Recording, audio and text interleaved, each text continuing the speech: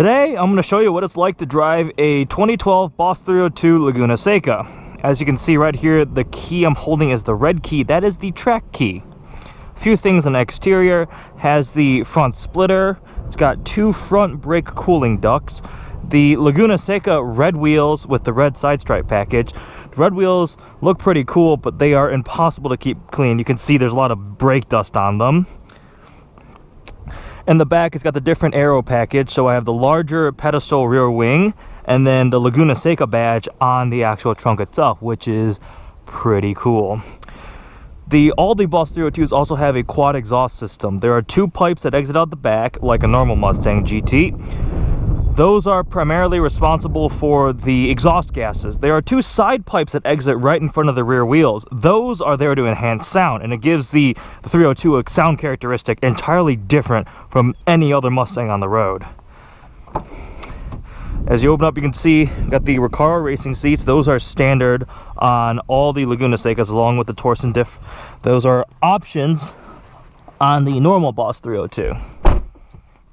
So the interior of the Boss 302 was pretty much similar to normal Mustang GTs of this generation.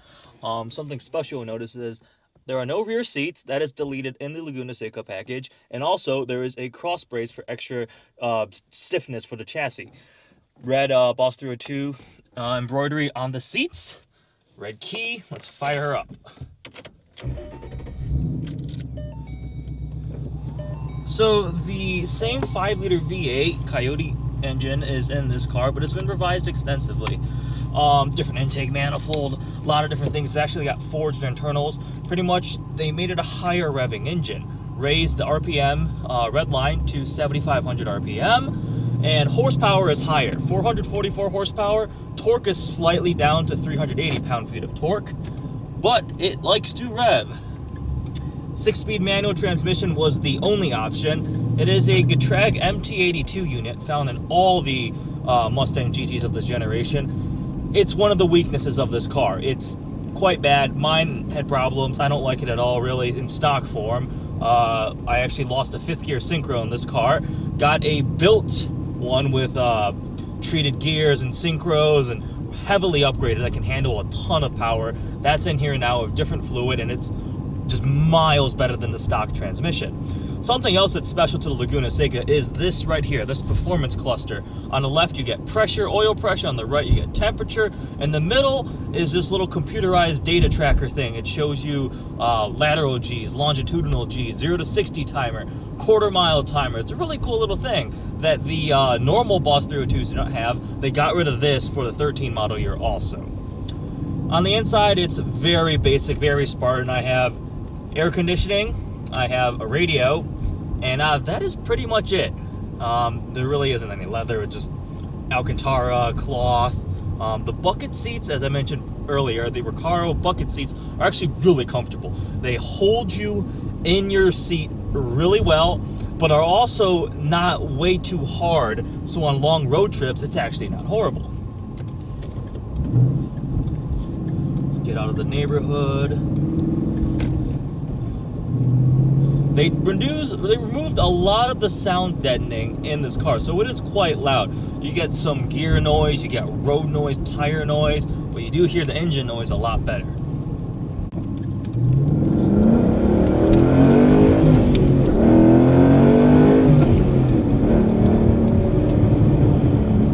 So this car was designed to beat the E92 M3 around Laguna Seca, a task that they accomplished.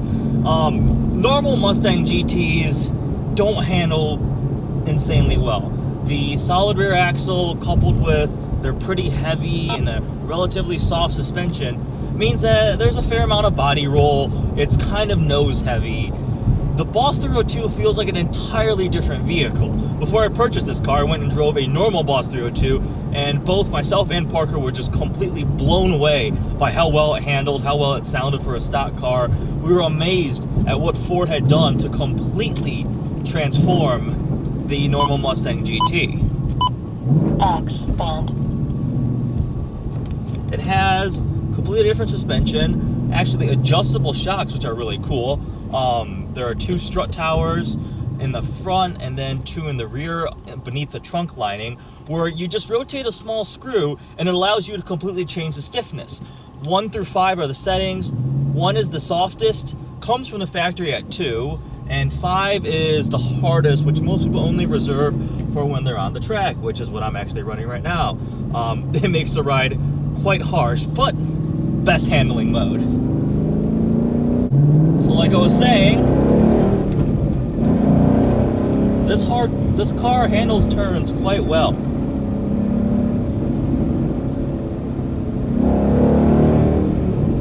It is pretty neutral. I mean, it does not feel nose heavy, and you can point it. Again, it's not a very small car. It's not light. I wouldn't say it's nimble, but it is pretty fast, and it is definitely fun to take through the corners. Very different from a stock Mustang GT50. What you do sacrifice is the interior comforts. I mean, the GT50, even with the premium, it'll come with leather seats. They're heated. You got navigation. This has none of those things. You get the Torsen differential, you get the brake cooler, there's a transmission cooler, higher revving engine, more horsepower than the stock one. It's a lighter car, wider tires, more advanced suspension. All these add up to make the Boss 302 one of the best handling Mustangs ever built. I would argue that it was the best handling Mustang up until the latest Shelby GT350 came out, which kind of blew it out of the water. It's a similar type of principle. It's kind of the spiritual successor to the Boss 302. High revving, naturally aspirated V8 engine, rear wheel drive, advanced suspension, 6-speed manual transmission. It is a good and fun combination. Something you can really tell where Ford works the magic is with the normal Mustangs. If you try to exit a corner and put the power down, if there's any road imperfection, you're gonna get axle hop. It's not gonna want to grip. With this car, it does much better. It's still got a solid rear axle, but it will grip and go. There's a reason why it's so fast around the track. I mean, the E92 M3 is no slouch. That is a pretty serious performance vehicle, and this thing will keep up or beat it around the track for about half the price. When brand new, a Boss 302 stickered for about $40,000. The Laguna Seca package was, I think, around $7 grand. So this thing, I think, had a MSRP of $47,000, whereas an M3 is gonna brand new sticker for about 70 something. Now these cars have depreciated down. They're not, obviously not as cheap as normal Mustangs, but they are down to a relatively affordable for a sub $40,000 car. I personally think the 302 is one of the coolest. You gonna go? Yeah, now you can go. It's one of the coolest cars, performance cars, because the rareness, the uniqueness. It's a pretty dang good performance car too. For Laguna Secas, they were limited to 750 vehicles. Total production ended up being around 767 because of some of the cars like mine. Mine is actually an MP level. Serial number is MP19. It's not part of the normal production run of cars, but normal Boss 302s, I believe, had 2,500 cars built for a total of about 3,200 something. That's for the 2012 model year and then the 2013 model year. Not very common.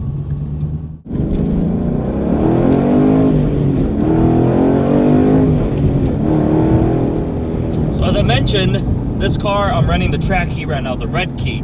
The Boss 302 came with 2 separate keys. A red one that was programmed by the dealer as a track key. Ford claims they changed 300 something different engine parameters, throttle response. There's many things that they supposedly changed. The 2 really cool things is there is a track key idle that is enabled that gives you a much more lopey cam sound. And then the other one is that it has launch control, 2-stage launch control.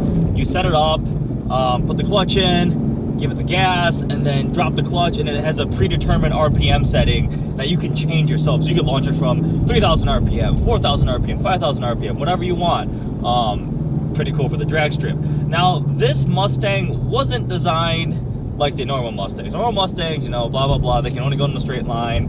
You try to take a corner, you're not gonna make it, you're gonna crash. And that's true. Like the Shelby GT500, I mean, they're certainly crazy fast in a straight line, but then when you make a turn, it just didn't seem very happy about it. It did not want to do that. This thing loves turns.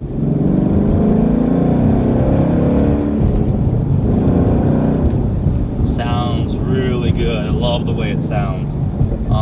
There are a lot of aftermarket exhaust setups you can do on these cars.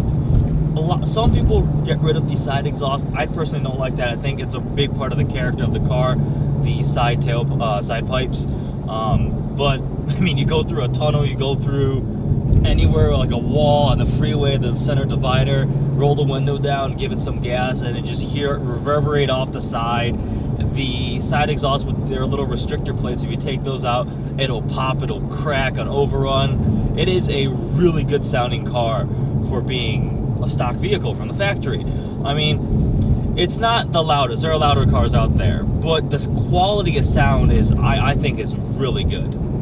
If you're looking for a sports car between $30,000 to about $45,000, some of the best options you have out there are the E92 M3, which is a car I seriously considered buying.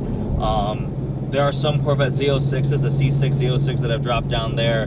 E46 M3s, really clean ones. Really clean ones. Never mind about that one. And then the Boss 302. It deserves your consideration, especially if you like American muscle cars. It is kind of the king of Mustangs of this generation. This and the Shelby GT500, and these are more rare than the Shelby GT500s. They handle great.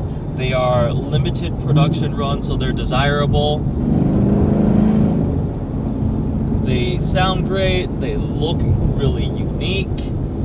And they have depreciated down to a point where it's pretty affordable. There are a lot of these cars have been purchased by retired guys or whatever. They retired and wanted they wanted a Mustang, so they bought a Boss 302, and they have sat in a garage. They have like 3,000 miles on them. So there are some cars like that, but then there are ones like mine. I bought mine to drive, to have fun with it. So I mean, I've already put about 3,000 miles on it in the first month of owning it. So I'm definitely driving this car a lot. It is fun. People will compliment you on the car. Little kids in the neighborhood will point, because it's clearly not a normal Mustang. Mine being black and red with the red roof and the bright red wheels, the red mirrors, does stand out. But I like it. I mean, it is a very unique car. The front splitter makes it look like a pure race car, which is a big part of what sold me on the appearance of the car. Could not decide between the 2012 and 2013, and I decided the 12s looked more aggressive. A few more things. This thing has adjustable steering. You go in here and change the settings. You go between comfort, normal, and sport. Sport makes it a bit heavier. That's what I usually drive it in. Also, the track key, pretty much use that 100% of the time, because why not? Well, I hope you guys enjoyed this video, kind of a little glimpse into what it's like to own and drive a Boss 302. Like always, please browse our channel and subscribe. Look forward to seeing you guys next video.